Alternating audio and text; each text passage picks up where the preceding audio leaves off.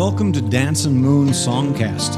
I'm Scott Simpson, casting from Dancin Moon Studio in Spearfish Canyon on the north end of the Black Hills of South Dakota, right on the banks of the Spearfish Creek.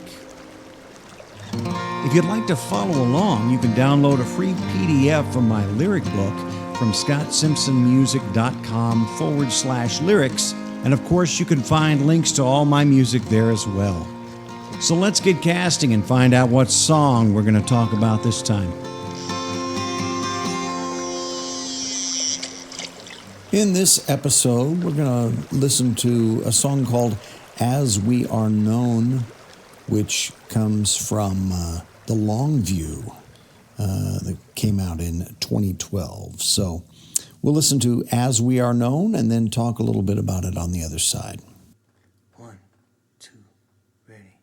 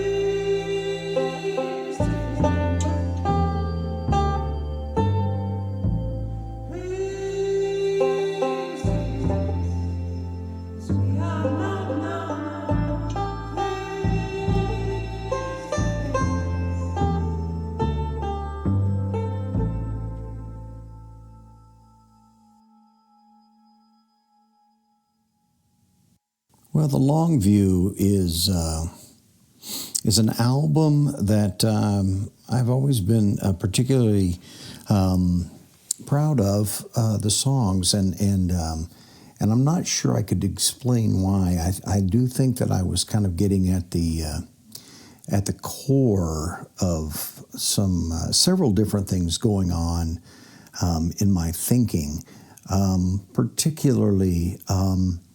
The title song, which this was not the title song, As We Are Known, was actually track number 7.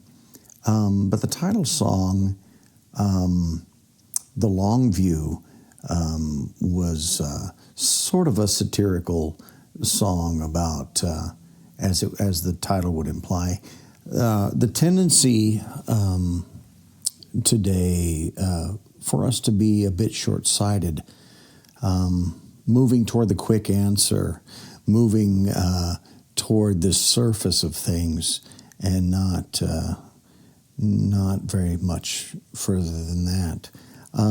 And As We Are Known really fits in with that, as well as some of the other songs. As We Are Known actually is an entire song that comes out of one particular passage, actually in the Bible, from 1 Corinthians 13, which is known by a lot of people as the love chapter of the letter to the Corinthians by Paul. And the particular verse that inspired As We Are Known is 1 Corinthians 13:12. I'll go ahead and read up to that verse and read that verse. And so I'll begin in verse 8. Love never fails, but where there are prophecies, they will cease. Where there are tongues, they'll be stilled. Where there is knowledge, it will pass away. For we know in part, and we prophesy in part. But when completeness comes, what is in part disappears. When I was a child, I talked like a child. I thought like a child. I reasoned like a child. When I became a man, I put away the ways of childhood. And then verse 12. For now, we see only a reflection as in a mirror. Then we shall see face to face. Now I know in part.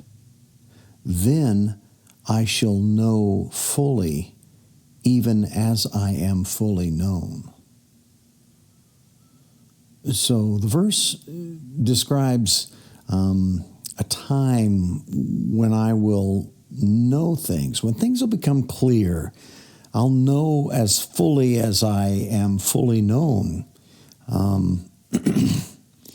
And the time now that we're in the passage is a time when I'm seeing things only halfway. I'm seeing things through a mirror, which I can only presume at the time when this letter was written, somewhere in the first century, mirrors weren't all that great. They were more or less a glorified, polished up piece of metal. And so I'm seeing somewhat the way things are, but I'm not seeing very clearly.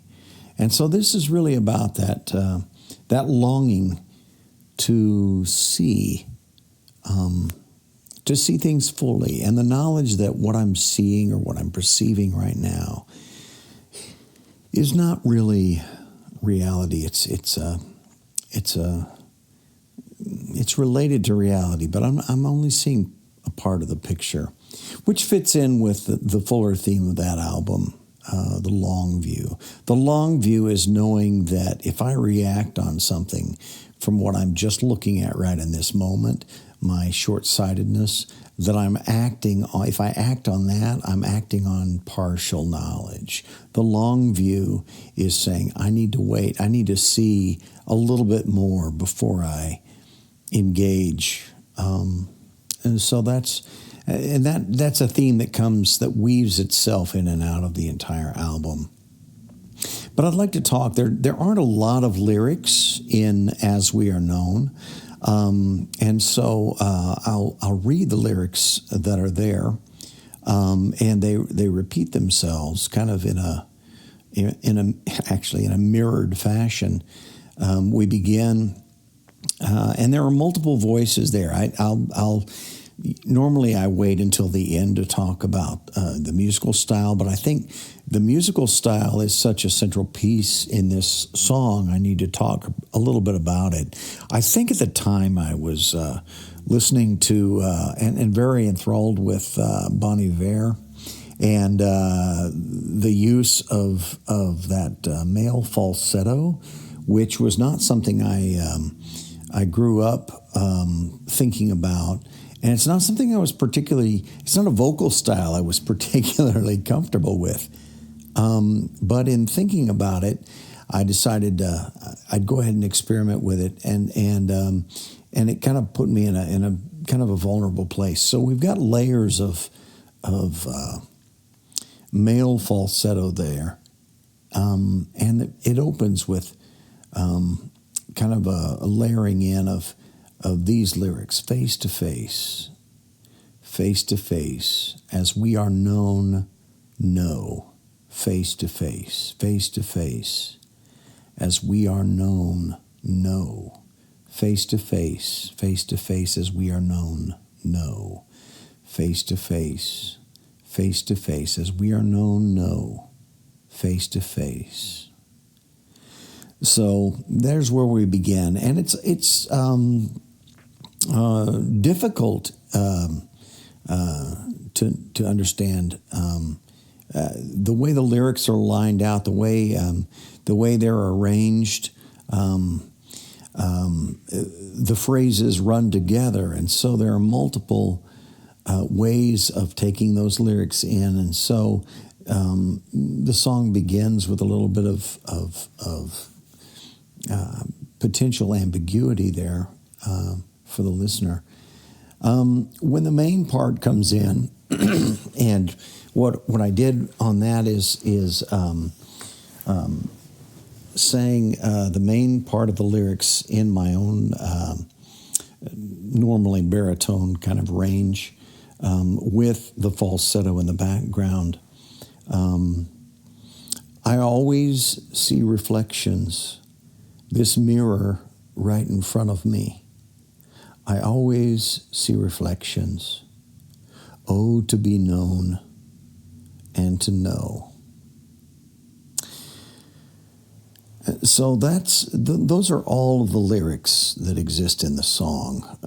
Following that, we have an instrumental section, and then a repeat of those particular lyrics, and then the song ends with what we had at the very beginning: face to face, as we are known, know. Face to face, as we are known, know. Face to face, and so on. So I think in thinking about the verse that inspired this, and in thinking about what I was working to do, I think getting at that frustration of desiring to be known, and I think any artist who's working in any medium, whether it's music or visual arts or even performing arts to some degree, even theater, I think a desire to be, to know and to be fully known, and the combination of those two things is really, in many ways, at the heart of that. And I plenty of people may disagree with me. I know that there's an element of just pure creating something, but for the artist, the reason the artist, the I in this transaction, the reason I am doing something has something to do with wanting to know more deeply whatever it is that I'm engaging with. And wrapped up in that, to be known. Now, that might have, some people might say that that has a lot to do with the ego. And I would agree that that any artist can get carried away with the ego, the being known side of that equation. Who is listening to my music? Who's taking in what I'm doing? What are they thinking about? What are the critics saying? How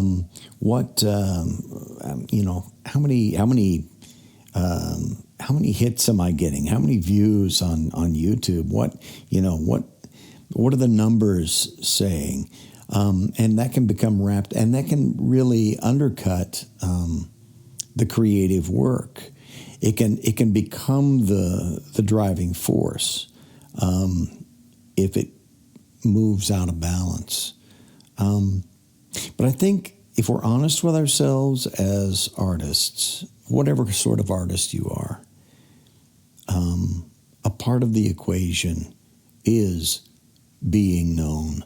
That satisfaction of knowing that someone who has participated in or listened to or taken in this thing that I have created has connected in a meaningful way with it, and therefore they've connected in some way with me.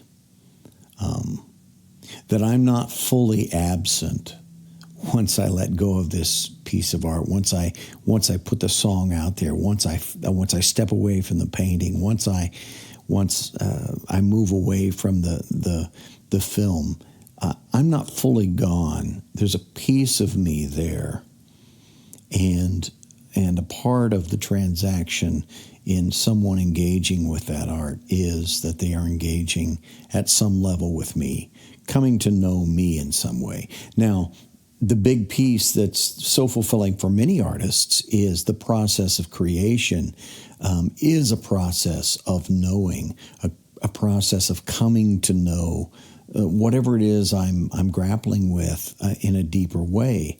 Whether it starts randomly or starts with a very specific thing. I mean, with this, the inspiration, I suppose, was a very specific thing, a specific verse in the Bible. But what I was grappling with was not that verse. It was this idea of knowing and being known. And will there come a time when I know fully and am fully known? And I don't know that I've arrived at that answer, and I don't even know exactly what that answer, what that would look like. But I do know that it's at the heart of much of what I think we do as creative human beings. And I think it's at the heart of what drives us in a positive direction. If I don't care, if I truly didn't care about knowing more deeply, and particularly about knowing others more deeply or being known by others, then I'm really trapped in this